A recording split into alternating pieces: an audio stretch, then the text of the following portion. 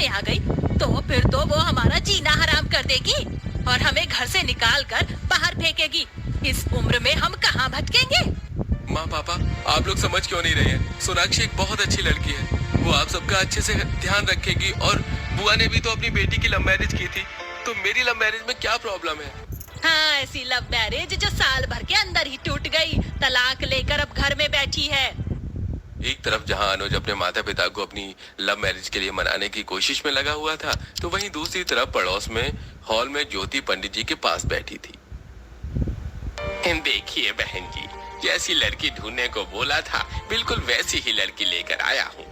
संध्या नाम है इसका, बड़ी ही प्यारी बच्ची है, आपके घर को तो ये स्वर्ग बना देगी। लड़की तो सुंदर है ना जी, सूट सलवार भी पहन रखा है, कितनी संस्कारी लग रही है। विनोद, तू बता तुझे कैसी लगी? अब मैं क्या कहूँ, आप जो पसंद करोगी वो अच्छी होगी। हाय मेरा राजा बेटा, कलयुग के जमाने में भी बिल्कुल श्रवण कुमार जैसा बेटा मिला है मुझे। पंडित जी, आप इसके माँ बाप से बात करके हमसे मिलवाइए, आगे देखते हैं फिर क्या करना है। पड़ोस में रहने वाला विनोद जहां अपने माँ बाप की मर्जी से शादी करने के लिए तैयार था, तो वहीं दूसरी तरफ अनुज डिनर करते हुए अपने माता पिता से लड़ रहा होता है। बेटा, तू जानता नहीं है लव मैरिज वाली लड़कियां कैसी होती हैं। कल को इसने तुझे हमसे अलग कर दिया तो हमारा क्या होगा?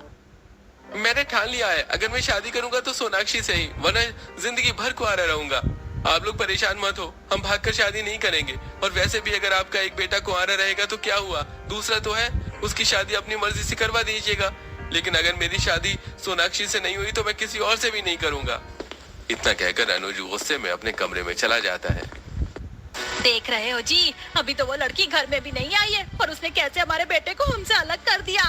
भाग्यवान, तुम समझ क्यों नहीं रही हो? जवान खून है, हाथ से निकल गया तो गड़बड़ हो जाएगी। एक बार लड़की वालों से मिलने में क्या जा रहा है, कुछ बुराई लगेगी तो मना कर देंगे। अपने पति की बात सुनकर मायावती चिढ़कर कमरे में चली जाती है कि तभी अनुज के पास सोनाक्षी का कॉल आता है। आज मुझे रिश्ते वाले देखने आए थे, माँ जवाब मांग रही है, क्या बोलूं मैं? तुम मुझसे शादी करोगे या नहीं? कोशिश में तो लगा हूँ मैं, बस कुछ दिन का और टाइम दे दो। मैं तुम्हें सिर्फ एक हफ्ते का टाइम और दे सकती हूँ, उसके बाद मेरे हाथों में भी कुछ नहीं है। सोनाक्षी की बात सुनकर अनुज काफी परेशान हो जाता है और ऐसे ही अब शाम हो जाती है। अपने बेटे की बातों को याद करते हुए मायावती आंगन में बैठे बैठे परेशान हो रही होती है कि तभी ज्योति आती है। अरे मायावती, आज तुम पार्क नहीं आई, क्या हुआ? तबीयत तो ठीक है ना? चेहरा भी उदास लग रहा है। अपनी पड़ोसन ज्योति के पूछने पर मायावती उसे सारी बात बताती है, जिसे सुन ज्योति, हे भगवान, मुझे तो लगता है उस लड़की ने हमारे अनुज पर कुछ काला जादू कर दिया है, वरना कहाँ था हमारा अनुज ऐसा। लेकिन इस मामले में मैं तो बहुत किस्मत वाली हूँ, आज अपने बेटे के लिए एक लड़की पसंद की है, मैंने बिना कुछ कहे हाँ कर दिया उसने। तुम ही बताओ ज्योति, क्या करूँ मैं? लव मैरिज वाली लड़कियाँ बहुत खराब होती हैं, उन्हें तो बस घर तोड़ना आता है। अरे तुम क्यों परेशान हो रही हो? मेरे पास एक कमाल का आइडिया है। लड़की की तस्वीर तो तुमने देख रखी होगी, अनुज से इसके घर जा और ड्रेस ले लेना बहाने से, फिर हम उसका पीछा करते हैं। लव मैरिज वाली लड़कियों में तो वैसे ही 100 खराबियां होती हैं, 2-3 पकड़ कर दिखा देंगे अनुज को, खुद ब खुद मना कर देगा। ज्योति की बात सुनकर अगले दिन मायावती अनुज से एड्रेस लेकर ज्योति के साथ सुबह से शाम तक सोनाक्षी का पीछा करती है। ये ऑफिस से निकल कर कहाँ जा रही है? जरूर अपने दूसरे आशिक से मिलने के लिए जा रही होगी, चलो इसका पीछा करते हैं। साड़ी से मुंह ढकते हुए ज्योति और मायावती सोनाक्षी का पीछा करते हैं और देखते हैं कि सोनाक्षी एक दारू के ठेके की तरफ जा रही है। हे भगवान मायावती, तुम्हारी बहू तो शराबन निकली, देखो कैसे दारू के ठेके पर जा रही है। मेरा बेटा किस दारू वाली के प्यार में पड़ गया।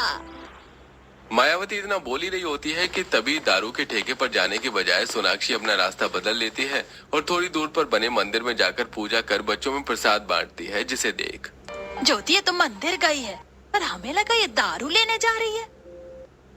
आज मंगलवार है ना, आज के दिन तो बड़े से बड़ा शराबी भी भक्त बन जाता है। कोई ना, 2-3 दिन बाद आएंगे। ज्योति और मायावती अब 2 से 3 दिन बाद फिर से सोनाक्षी का पीछा करते हैं और देखते हैं कि सोनाक्षी किसी लड़के के साथ कहीं जा रही थी। ज्योति ये तो सरेआम लड़के के साथ घूम रही है, शादी से पहले इसके चाल चलन ऐसे है, शादी के बाद तो ना जाने क्या करेगी। सोनाक्षी उस लड़के के साथ बस स्टैंड पर जाकर खड़ी हो जाती है, तो वहीं ज्योति और मायावती भी साड़ी से मुंह ढककर चुपचाप से सोनाक्षी के पीछे जाकर खड़े हो जाते हैं। मोहित, तुम्हारी बस आ गई, आराम से जाना और घर जाकर मुझे कॉल कर देना। मौसी जी को भी मेरा नमस्ते बोलना। ठीक है दीदी, चलिए अब मैं चलता हूँ, नमस्ते। अपने कजन को बस में बिठाकर सोनाक्षी चली जाती है, जिसे देख अरे ये तो उसका भाई निकला। हम तो इसे इसका आशिक समझ रहे थे। दोनों पड़ोसन मिलकर सोनाक्षी का कई दिनों तक पीछा करती हैं, लेकिन उन्हें सोनाक्षी के बारे में कुछ भी गलत पता नहीं चला, जिसके चलते आखिर में अब मायावती को न चाहते हुए भी सोनाक्षी के परिवार वालों से मिलना पड़ता है और सिर्फ अपने बेटे की खातिर मायावती इस रिश्ते के लिए मान जाती है। तो वहीं दूसरी तरफ ज्योति भी अपने बेटे का रिश्ता तय कर देती है। इसी तरह कुछ समय गुजरता है और ज्योति की अरेंज मैरिज वाली बहू संध्या आ जाती है और आज अपनी पहली रसोई की रस्म में संध्या तरह तरह के स्वादिष्ट पकवान बनाती है।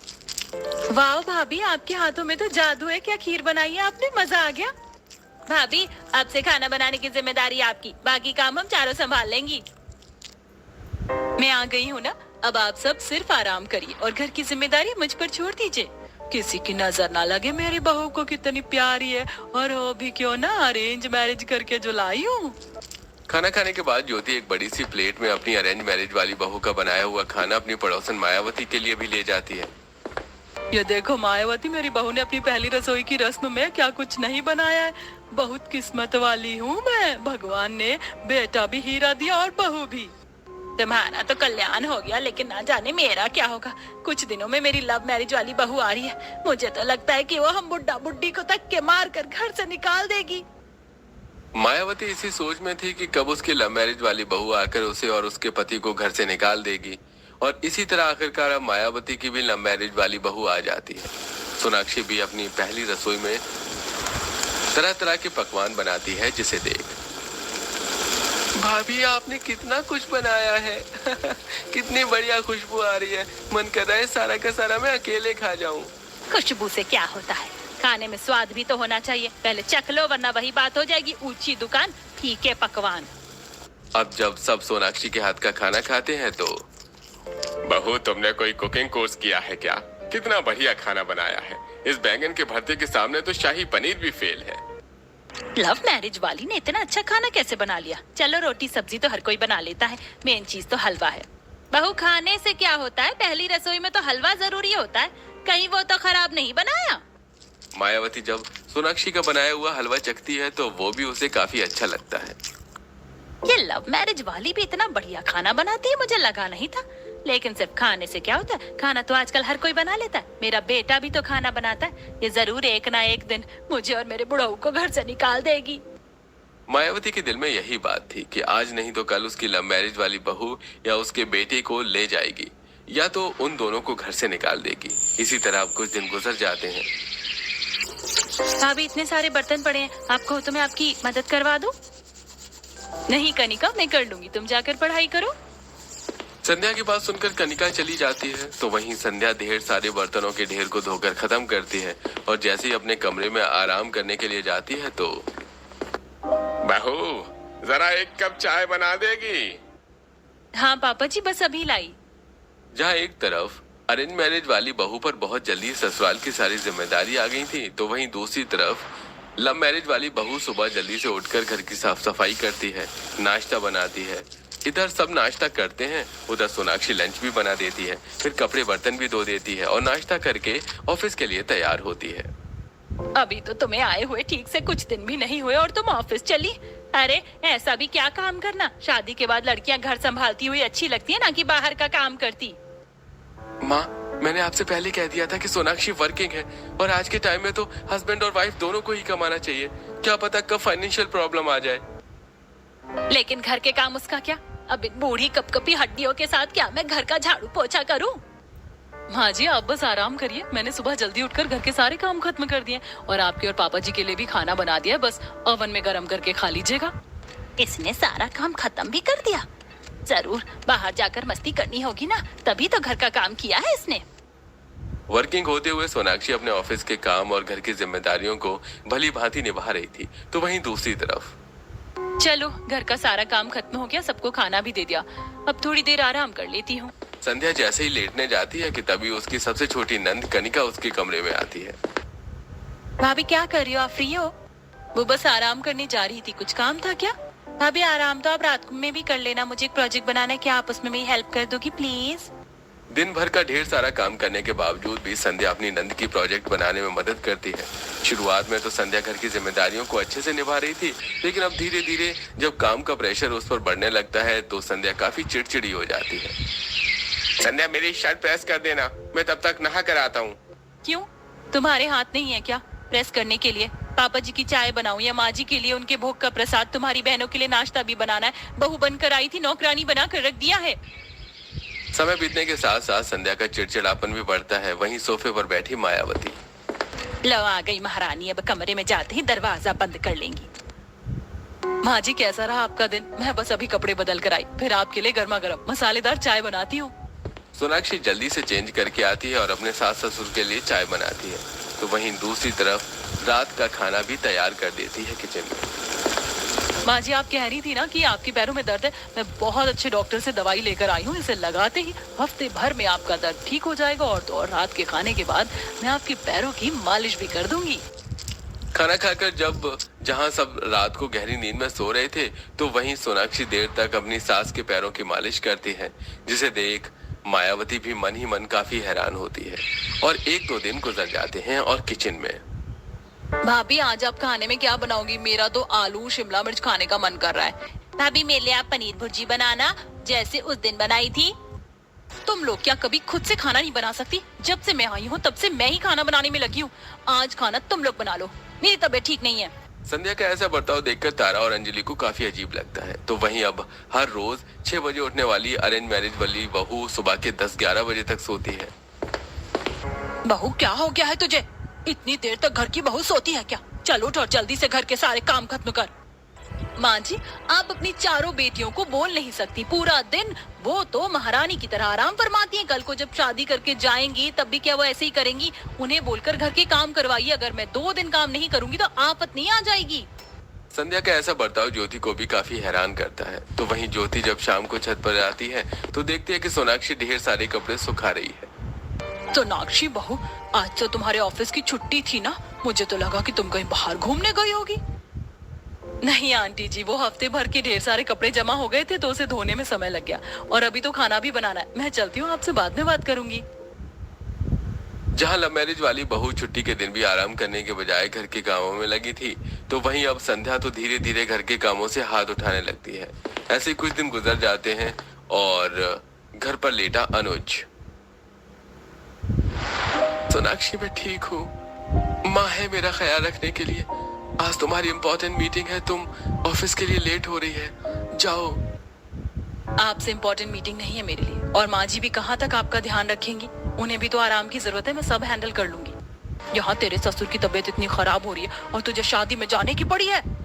एक इंसान का ख्याल रखने के लिए इतने सारे लोग हैं, अगर एक कहीं बाहर भी चला जाए तो क्या ही फर्क पड़ेगा?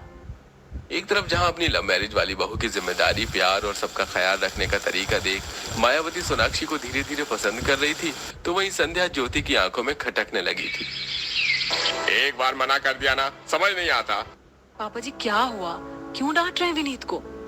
अरे महाराज को क्रिकेट एकेडमी ज्वाइन करनी है। पता है 1 महीने की फीस 25,000 है, कहाँ से भरेंगे?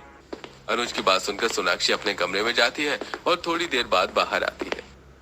मैंने तुम्हें क्रिकेट एकेडमी ज्वाइन करवा दी है। अब तुम आराम से जा सकते हो और पैसों की भी आप लोगों को टेंशन लेने की कोई जरूरत नहीं है। सिर्फ महीने का 12,000 रुपए भरना पड़ेगा। मेरा दोस्त है, उसकी खुद की क्रिकेट एकेडमी है। वो हमारे विनीत को अच्छे से क्रिकेट खेलना सिखाएगा। थैंक यू सो मच भाभी, आप वर्ल्ड की बेस्ट भाभी हो। अपने बेटे को खुश देख मायावती भी काफी ज्यादा खुश होती है। तो वहीं दूसरी तरफ संध्या सब्जी लेते हुए सब्जी वाले से हंस हंस कर बात कर रही थी, जिसे देख ज्योति संध्या से कहती है जब वो अंदर आती है। संध्या बहू, इस तरह सब्जी वाले से तुम हंस हंस कर क्या बात कर रही थी? पता पड़ोस की औरतें कैसे देख रही थी? थोड़ा देख दिखा कर बात करो। अपनी सास की बात सुनकर संध्या काफी किलस जाती है। और अब जब तारा शाम में अपने कॉलेज फ्रेंड के साथ घर आती है तो ये देख, बहू के लिए अलग नियम और बेटी के लिए अलग नियम। वो लड़के के साथ घर आ रही है तो कोई दिक्कत नहीं, मैं सब्जी वाले से बात भी नहीं कर सकती। दोनों चीज में बहुत फर्क है बहू, सब पता है मुझे क्या फर्क है क्या नहीं। बात बात में संध्या अपनी सास के साथ मुंह जोरी करती, जिससे परेशान होकर आज जब ज्योति मायावती से मिलने के लिए आती है तो वो उसके साथ हॉल में बैठी थी कि तभी। आंटी जी नमस्ते, मैं माँ जी के लिए चाय बनाने ही जा रही थी। आपके लिए भी बना कर ले आती हूँ। सोनाक्षी के किचन में आते ही, वैसे ज्योति, हम जितना इस लव मैरिज वाली को गलत समझ रहे थे उतनी ये गलत नहीं है। जिम्मेदारियां तो अच्छे से निभा रही है ये। वैसे तुम्हारी अरेंज मैरिज वाली बहू के क्या हाल है? अब क्या बताओ मायावती, क्या हाल है, जीना हराम कर दिया उसने। इससे अच्छा तो मेरा बेटा भी लव मैरिज कर लेता। लव मैरिज से अच्छी अरेंज मैरिज की बहू होती है, वो इससे कहीं ज्यादा सर्वगुण संपन्न है। इसी के साथ सोनाक्षी पूरे परिवार को साथ में लेकर चलने वालों में से थी, कमरे में बैठे हुए। तुम्हारा दिमाग तो नहीं खराब है? ये तुम बाहर माँ जी से किस तरह से बात कर रहे थे? देखा नहीं, गलती माँ की थी, मेरी नहीं। क्या हुआ? वो तुम्हारी माँ है, अगर उन्होंने कुछ बोल भी दिया तो तुम चुपचाप सुन नहीं सकते? जवाब देना जरूरी था क्या? अब जाओ और उनसे माफी मांगो। ये सारी बातें कमरे की बाहर खड़ी मायावती सुन लेती है, जिसे सुन के उसे काफी अच्छा लगता है। तो वहीं अरेंज मैरिज वाली बहू तो छोटी सी लड़ाई में भी घी डालने का काम करती है। बहू, ये तू क्या कह रही भला? इतनी सी बात पर कोई घर छोड़ने की बात करता है क्या? विनोद बेटा, अगर तू हमें छोड़कर चला गया तो तेरी बहनों का क्या होगा? भाभी, आप घर का कुछ भी काम मत करिए, हम सब कर लेंगे, लेकिन भैया को हमसे दूर मत करिए। विनोद, अब सब तुम्हारे हाथ में है। तुम्हें अपना ये परिवार चाहिए या बीवी? माँ पापा, आप फिक्र मत करो, मैं महीने महीने खर्च के पैसे भेज दिया करूंगा, लेकिन मैं संध्या को नहीं छोड़ सकता। संध्या विनोद की इस तरह कान भरती है कि विनोद कुछ दिनों में संध्या के साथ घर छोड़कर चला जाता है और ज्योति चाहकर भी कुछ नहीं कर पाती। वहीं उन्हें जाता देख जब कमलेश अपने कमरे में आता है। हरिओम, सच में कलयुग आ गया है। क्या हुआ जी, क्या देख लिया आपने? अरे वो पड़ोस वाली तुम्हारी सहेली है ना ज्योति, उसकी बहू, क्या नाम है उसका? हाँ, संध्या, ले गई विनोद को अपने साथ। बेचारे सतीश भाई साहब का रो रो के बुरा हाल है। लेकिन संध्या तो ऐसी दिखती नहीं थी। ज्योति तो उसे अरेंज मैरिज करके लेकर आई थी ना, फिर भी ऐसी निकली। अरे भाग्यवान, लव मैरिज अरेंज मैरिज से कुछ नहीं होता। अब हमारी बहू को देख लो, लव मैरिज करके आई है। क्या सोचा था हमने इसके बारे में, लेकिन हमारी बहू तो हीरा है, हीरा। ज्योति से संध्या की सारी असलियत जान मायावती अब जल्दी से अपनी बहू सोनाक्षी के पास आती है।